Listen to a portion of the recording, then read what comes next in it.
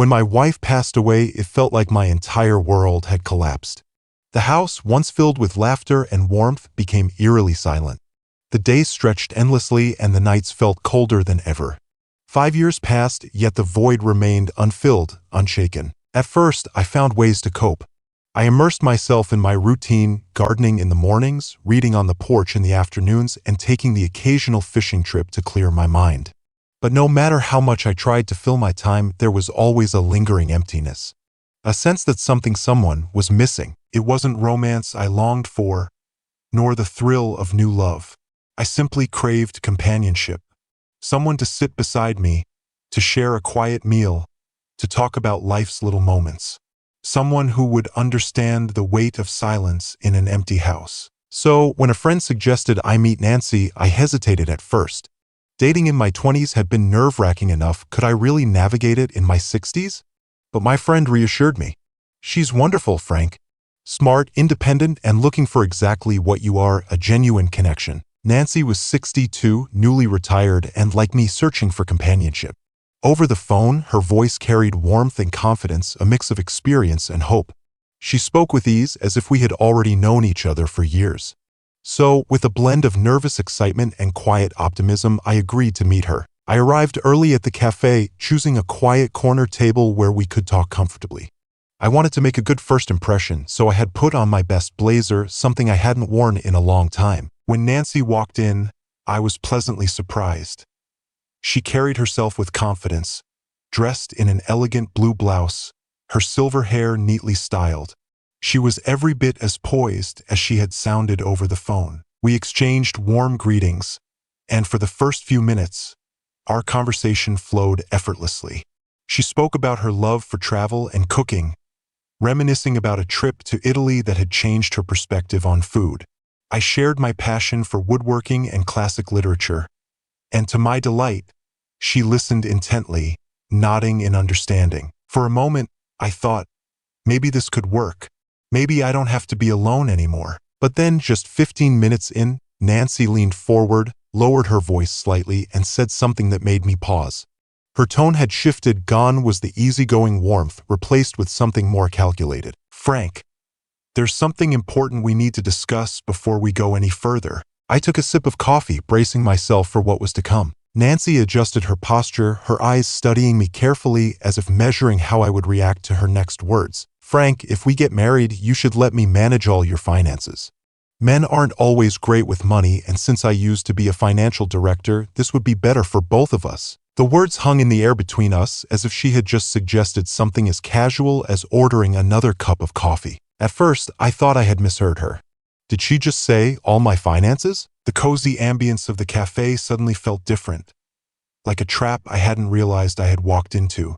The murmur of distant conversations faded into a dull hum, drowned out by the pounding in my ears. Let her manage my finances? The request settled in my chest like a heavy stone. I had spent decades working hard, saving every penny with my late wife. We had built a life together, making careful choices, planning for a comfortable retirement. Every financial decision had been made as a team, a partnership. And now, a woman I barely knew was suggesting that I hand over my entire financial independence, as if it were some trivial task. I forced a chuckle, hoping I had misunderstood. Nancy, that's quite the request, I said, stirring my coffee, more for distraction than anything else. She smiled, completely unfazed.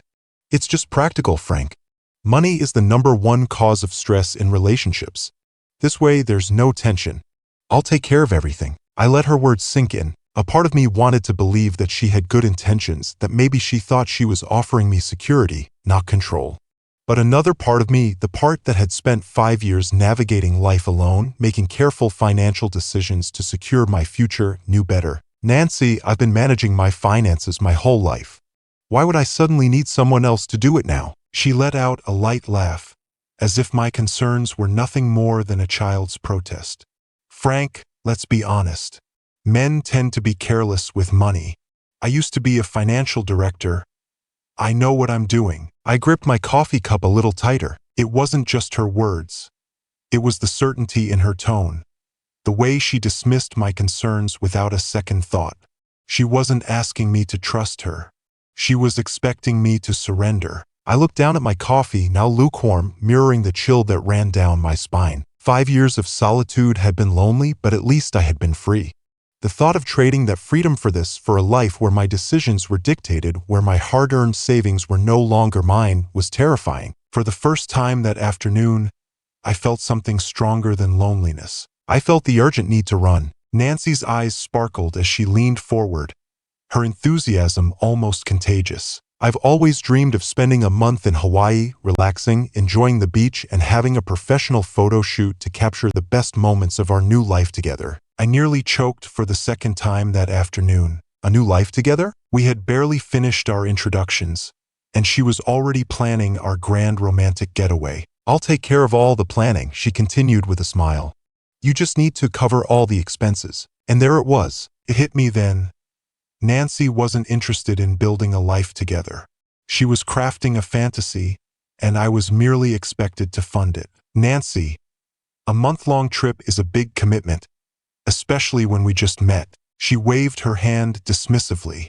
That's just details. If we're going to be together, we might as well start with something grand. Something grand.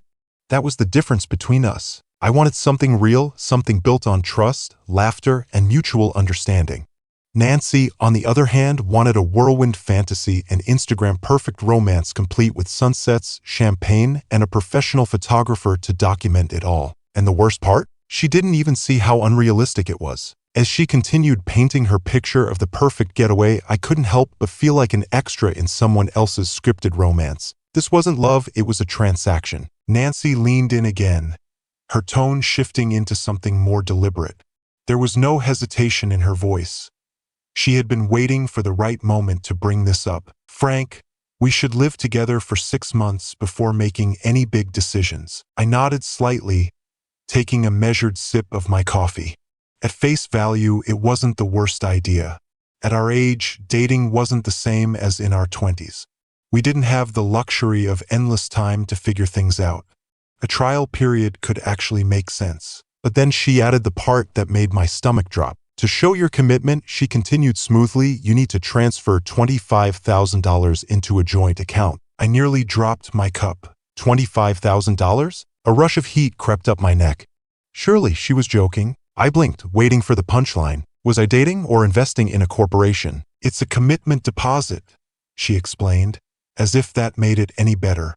If things don't work out, I'd refund the money, on a monthly prorated basis, of course. Of course.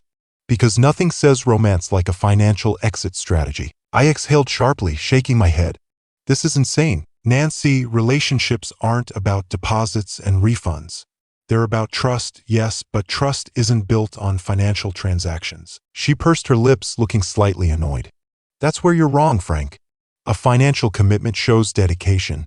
It proves that you're not just wasting my time. I searched her expression for any flicker of irony, any hint that she realized how absurd this sounded. But there was none. She meant every word. My mind raced. Had she done this before? Had other men actually agreed to this? I thought back to my late wife. We had built our life together from scratch, navigating financial struggles as a team. Every decision, big or small, had been a partnership, not a contract, not a transaction. Nancy, if trust requires a bank transfer, then maybe we don't have the same definition of commitment. She sighed, leaning back in her chair. Well, Frank, I guess that's your choice. But in my experience, men who hesitate with financial commitment usually hesitate with emotional commitment too. And just like that, I realized this wasn't just about money. This was about control. Nancy wasn't looking for a partner. She was looking for a sponsor, and I wasn't about to sign that contract. Just when I thought I had heard it all, Nancy took a slow sip of her tea and set the cup down with deliberate precision. She folded her hands neatly on the table as if preparing to deliver the final clause of a business deal. Frank, there's one more thing, she said, her tone as casual as if she were discussing the weather. Even if we get married, I want us to have separate bedrooms. For the third time that afternoon, I felt my grip tighten around my coffee cup. Separate bedrooms? I repeated, unsure if I had misheard. She nodded, unfazed. Yes. I've been independent for too long, and I can't share a bed with someone. I inhaled deeply, choosing my words carefully. Nancy, I understand personal space, but marriage is about companionship, about sharing life together. She tilted her head slightly, as if considering my point for a fraction of a second before dismissing it. That's just how I like things. I sleep better alone. If it doesn't work for you, maybe we're not a match. For once, we agreed on something. I looked at her across the table, searching for any trace of warmth, any sign that beneath all these rigid conditions was a woman who simply wanted to be loved. But there was nothing, only certainty, expectation. She truly believed that love could exist within the confines of separate bank accounts, separate responsibilities, and now separate bedrooms. A relationship of financial negotiations, scheduled commitments, and structured boundaries. A partnership where I paid the bills, but she made the rules. A marriage, but only in name. Something inside me snapped. I had come into this date with hope. Hope that maybe, just maybe, I could find someone to share quiet moments with. Someone who valued companionship over transactions. But as I sat there, staring at a woman who had already mapped out an entire financial arrangement before we had even learned each other's middle names, I knew this wasn't it. I placed my coffee down, exhaling slowly as I met Nancy's gaze. For a moment, I considered my next words carefully. I didn't want to be rude. After all, she had been completely honest about what she wanted in a relationship. The problem was her idea of love and mine were worlds apart. Nancy, I began, keeping my tone calm but firm. I appreciate your honesty, but it seems we have very different views on love. Nancy raised an eyebrow but kept that same confident smile. Are you sure? This is a great opportunity, Frank. A stable life, no financial stress, complete organization. What's not to like? I let out a quiet chuckle, shaking my head. I came here looking for a life partner, Nancy, not a financial contract. The words hung in the air for a moment, and for the first time since our conversation began, I saw something flicker in her eyes, surprise. Had she expected me to agree?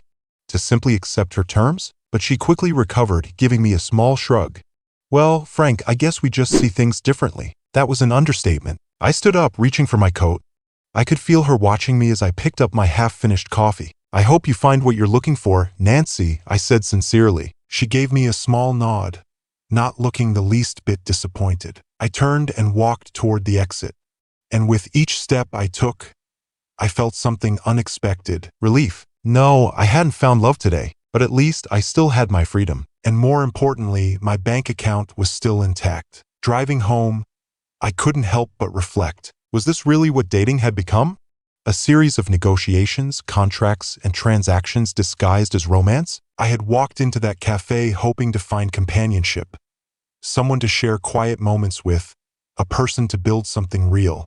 Instead, I had sat across from a woman who had already mapped out an entire financial arrangement before we had even learned each other's middle names. And that's when I realized I wasn't just looking for someone to spend time with. I was looking for someone who valued the simple joys of life. Someone who saw love not as an investment, but as an experience to be shared. So I made a decision that day. If love was meant to find me, it would come naturally. And if it didn't, well, I was perfectly content enjoying my coffee in peace, without negotiations attached. If you've ever experienced something like this, you're not alone. Dating at this age isn't easy. We all carry our past, our experiences, and our expectations.